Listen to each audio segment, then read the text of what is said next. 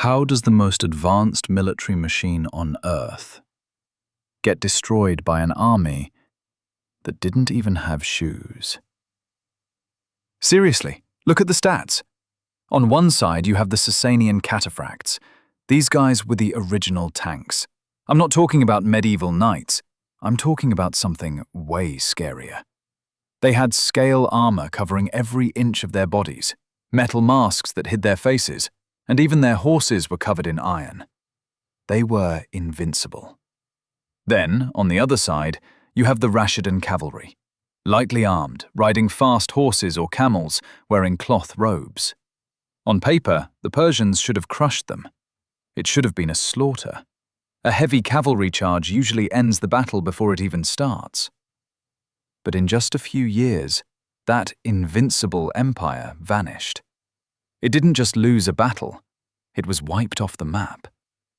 So, the mystery is, how? How did speed beat steel?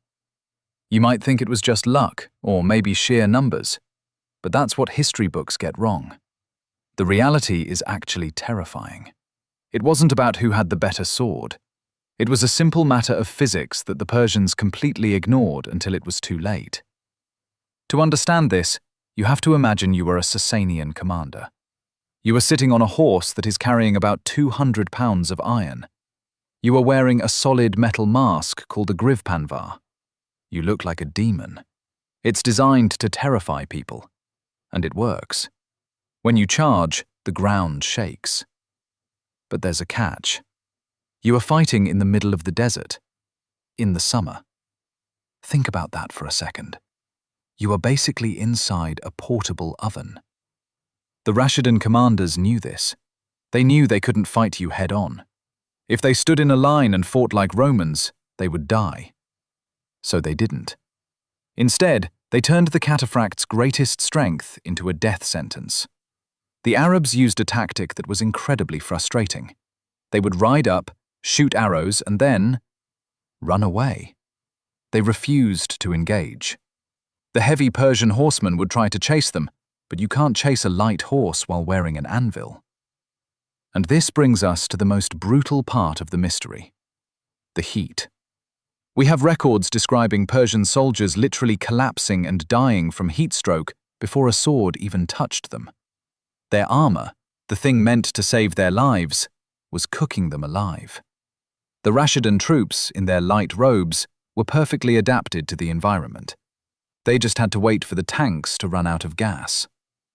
But wait, it gets worse. You think the heat was the killer? No.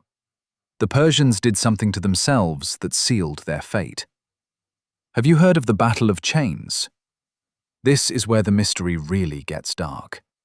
The Persian heavy infantry and dismounted cavalry were so afraid of their own lines breaking against these fast, ghostly Arab attacks that they literally chained themselves together. They thought it showed resolve. They thought it meant, we will die before we retreat.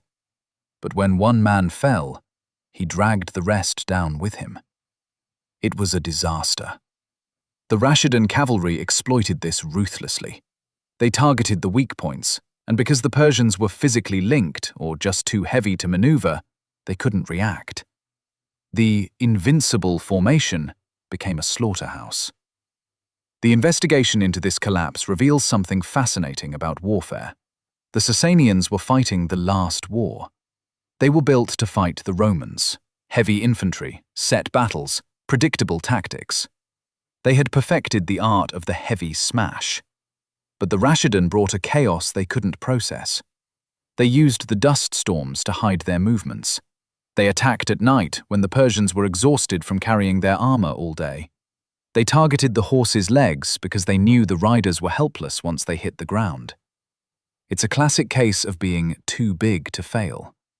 The Sassanian Cataphract was the most expensive, high-tech unit of its day. It cost a fortune to train one. It cost a fortune to feed that giant horse. The Rashidun warrior? He brought his own horse, his own sword, and he fought for a cause, not a paycheck. So, the solution to the mystery isn't that the Persians were weak. It's that they were too heavy for the world they were living in. They were dinosaurs watching the meteor fall. But in this case, the meteor was a light cavalryman with a curved sword. The fall of the Sassanian Empire proves that technology doesn't always win. Sometimes, the very thing that makes you strong is exactly what kills you. So, if you were a commander back then, would you rather have the ultimate protection that might suffocate you, or the freedom to move, but one mistake means death? Let me know what you'd pick in the comments.